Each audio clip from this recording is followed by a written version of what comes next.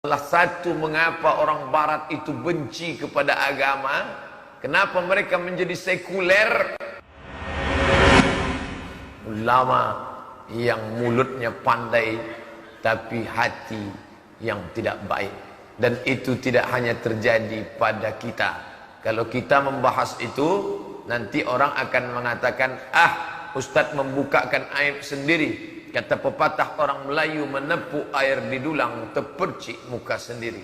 Itu bisa terjadi pada ulama, dalam tanda kutip, orang berilmu dalam agama apapun. Ada paus, namanya paus Innocent. Innocent artinya tak berdosa. Jadi kalau ada orang mau tak berdosa, buatlah nama. Siapa nama kamu? Innocent. Tak berdosa, tapi hidupnya penuh dengan dosa. Pemerkosaan, perzinahan, perselingkuhan, mabuk, menjual emas gereja.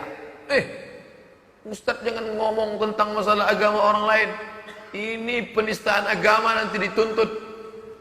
Berani Ustadz? Bukan saya yang ngomong, saya kan sedang cerita. Saya menceritakan tentang isi buku yang menulis orang Kristen sendiri. Apa judul bukunya? The Dark History of the Pope.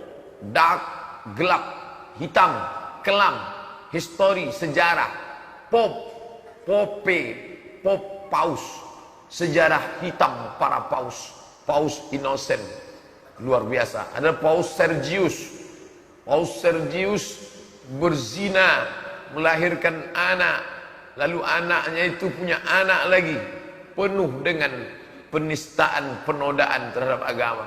Salah satu mengapa orang barat itu benci kepada agama, kenapa mereka menjadi sekuler, mengapa mereka menjadi anti agama, menjadi ateis, berakhir dengan hidup tanpa agama, itu gara-gara ulama ulama yang jahat. Salman Al-Farisi menyembah api. Farisi orang Persia. Tapi lama-lama dia berpikir, tak mungkin api ini yang menciptakan aku. Mana mungkin api? Di Persia ada api abadi. Sampai hari ini kalau ada acara olimpiade internasional, mereka mengambil obor api abadi dari Persia yang tak padam untuk selamanya.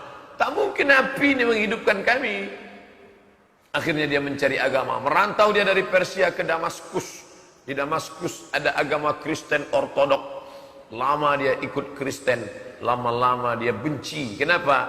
Karena ulama pendeta-pendeta yang mengatakan marilah hidup sederhana, marilah, tapi ternyata di balik itu dia intip menumpuk harta emas dari surat-surat pengampunan dosa.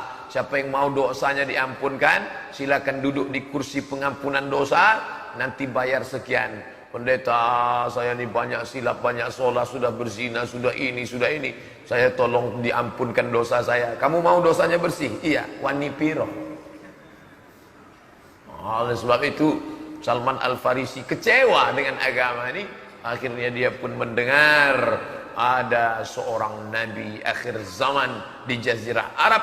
Maka dia pun melanjutkan pertualangan dan bersyahadat di hadapan Sayyidina wa Maulana wa Syafi'ina Muhammad sallallahu alaihi wasallam, asyhadu an la ilaha illallah wa asyhadu anna Muhammadan Rasulullah, dan tidak meninggalkan Islam sampai mati. Kenapa? Karena sesuai ucapan dengan perbuatan dalam diri Muhammad, laqad kana lakum fi rasulillahi uswatun hasanah. Itulah yang membuat sahabat itu tegar. Karena kalau orang itu sudah ulama itu pun terjadi pada agama yang lain. Siddhartha Gautama setelah bersemedi di bawah pohon Bodhi, lalu dia mendapatkan pencerahan katanya, lalu kemudian dia punya murid-murid. Ternyata murid-murid sang Buddha itu juga mengalami penyakit ulama Jadi kalau sudah cerita ulama jangan nanti, tengok nih, ustadz kalian sendiri yang ngomong bahwa kalian ulama buka kan, semuanya terjadi pada agama apapun. Murid sang Buddha, para pertapa terbagi dua. Setelah mereka bertapa di kuil, lalu kemudian yang satu pergi ke kota, berhasil menjadi penjilat penguasa, menjadi ulama di kerajaan. Sedangkan yang satu tetap tinggal di hutan, memakan ubi rebus. Sampai pada suatu hari bertemulah yang tetap soleh di dalam hutan dengan segala kesederhanaan dengan yang menjual keyakinan menjadi penjilat penguasa. Apa kata si penjilat ulama usyuk?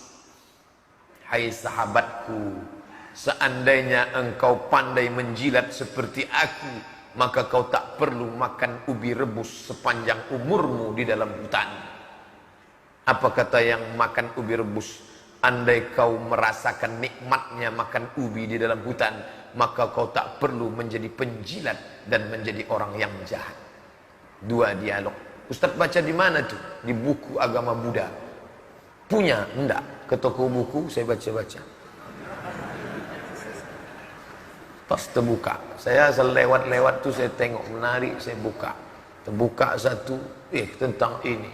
Pas ke Pustaka Suman HS jalan-jalan, saya baca Darmo Gandol Gatoloco. Katanya Nabi Adam punya anak banyak sekali. Salah satu anak Nabi Adam itu orang Jawa. Itulah nabinya kejawen. Itulah mereka yang tak mau masuk Islam. Tapi begitu datang Wali Songo, maka langsung diislamkan kerajaan Demak dan semuanya bersyahadat asyhadu an la ilaha illallah wa asyhadu anna Muhammadar Rasulullah. Yang tetap bertahan, maka mereka tak meyakini Muhammad yang orang Arab. Mereka maunya, yaitulah yang anak dari Nabi Adam tadi. Tak siapa namanya, carilah buku itu ada di Suman HS. Tapi bukan berarti Wali Songo ulama usyuk. Wali Songo ulama yang baik. Mereka mengislamkan Pulau Jawa dengan asimilasi budaya, dan mereka tetap menegakkan agama Allah. Mereka tidak menjilat penguasa. Tapi kata Nabi SAW, ada ulama usyuk, ulama yang jahat. Bagaimana sifatnya? Yattakhiduna hadzal ilma tijaratan, menjadikan ilmu agama ini sebagai perniagaan, perdagangan. Yabi'una min umara'i zamanihim, dan mereka menjual agama ini kepada siapa? Umara, pemimpin-pemimpin mereka.